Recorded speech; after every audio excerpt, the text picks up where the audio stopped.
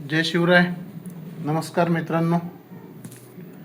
श्रीजी वास्तू ज्योतिष and counselling Alandi देवाची पुणे इथून मी विजय पंडित बोलत आहे. होळी पौर्णिमा, चंद्रग्रहण,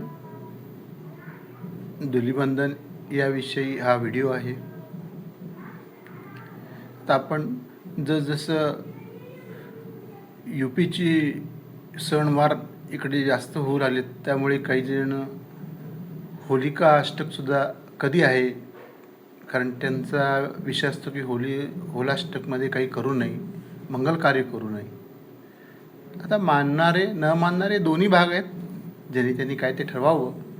पण आपण जर होलाष्टक जर कधी सुरू होतं असं जर तुम्ही मला म्हणाल तर 24 फेब्रुवारीपासून होलाष्टक म्हणजे होळीपासूनचे 8 दिवस त्याला होलाष्टक म्हणतात.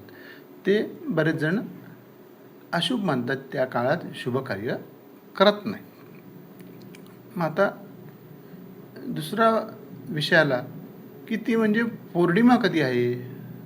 तर फाल्गुनी पौर्णिमा जी आहे ती 2 मार्च 2026 संध्याकाळी 5:55 सुरू होते. ती 3 मार्च 2026 संध्याकाळी 5:07 संपते. मग आता नेमकं होळी कधी करायची. आता होळी कधी करायची त्यामध्ये आपण 1-2 मिनटं जरा ते काय पौराणिक कथा आहे, खरं खोटं हा विषय नसतो, पण एक ऐकायला काही हरकत नाही. की हिरण्यकश्यप एक राक्षसारखाच एक राजा होता. राक्षसारखा म्हणजे राक्षसी विचाराच. तर त्याला जो मुलगा होता भक्त प्रल्हाद, तो विष्णूची भक्ती करत होता आणि ते हिरण्यकश्यपला अजिबात मान्य नव्हतं. आणि तो बऱ्याच वेळेस भक्त प्रल्हादला सांगूनही ऐकत नव्हता. म्हणून भक्त प्रल्हादला संपवण्याचा प्रयत्न करत होता आणि त्या प्रत्येक वेळेस भगवान विष्णू त्याला वाचवत होते. हिरण्यकश्यपला एक बहीण होती होलिका नावाची, आणि तिला एक वरदान होतं की ती आगीमध्ये जिवंत राहू शकते.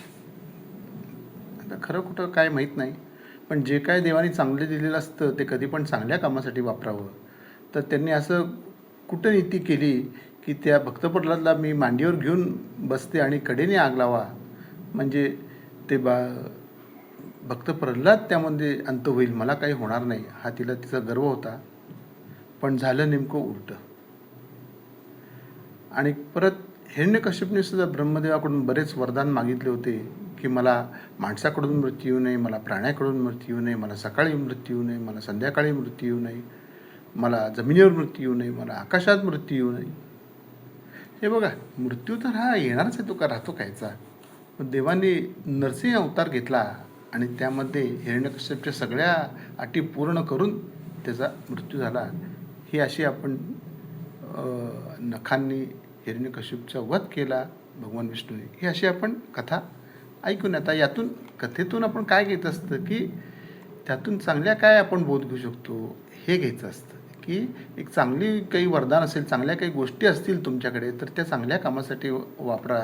हे आपण होलिकेच्या अंत हिच्या समजून आपण समजू शकतो.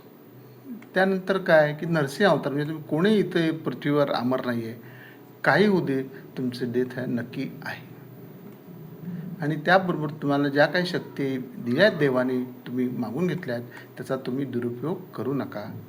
आणि भक्त प्रल्हादवरून आपण काय बघून घेतो, तर आपण जी काही भक्ती करू ती इतकी आपली एकनिष्ठ हवी की देवसुद्धा तुम्हाला मदतीला येऊ शकतो.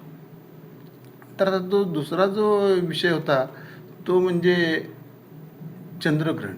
नेमकं 3 तारखेला चंद्रग्रहण आहे. ते दुपारी 3:20 सुरू होईल आणि संध्याकाळी 6:47 राहील. हे ग्रहण एकूण 3 तास 27 मिनिटं दिसेल. ज्योतिषशास्त्रानुसार चंद्रग्रहणाचा सूतक काळ खूप महत्त्वाचा असतो. वर्षातील हे पहिले चंद्रग्रहण भारतात दिसणार असल्यानं त्याचा सूतक काळही लागू होईल. चंद्रग्रहण सुरू होण्यापूर्वी 9 तास आधी सूतक काळ सुरू होतो. या सूतक काळात खाणे पिणे या गोष्टीवर काही काही बंधन आहेत असं म्हणतात, पण ते काही मान्य होत नाही आहे. आणि माझंही सगळ्यांना हेच आव्हान आहे, वृद्ध व्यक्ती असतील किंवा प्रेग्नंट महिला असतील तर त्यांनी अगदी इतकं कठोर नियम पाळायची काही गरज नाही. आवश्यकतेनुसार पाणी वगैरे प्यायला काही हरकत नाही.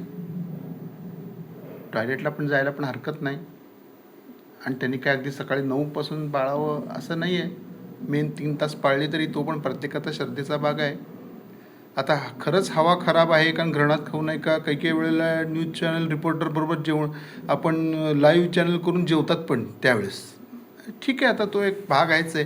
प्रत्येक गोष्टीची आपल्याला त्याची शहानिशा करावी लागणारच आहे. कारण आज अलीकडे हवा आणि प्रदूषण इतकं आहे की ते घरणापेक्षा हवा खराब असते. पण ज्यांना पाळायचं आहे त्यांनी जरूर पाळावं, मी त्याच्या विरोधात नाही.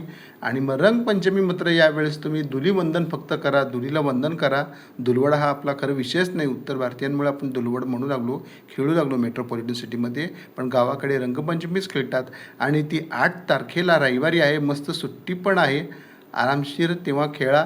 ज्यांना आवडते त्यांनाच रंग लावा, उगीच कुणाच्या अंगावर रंग टाकू नका.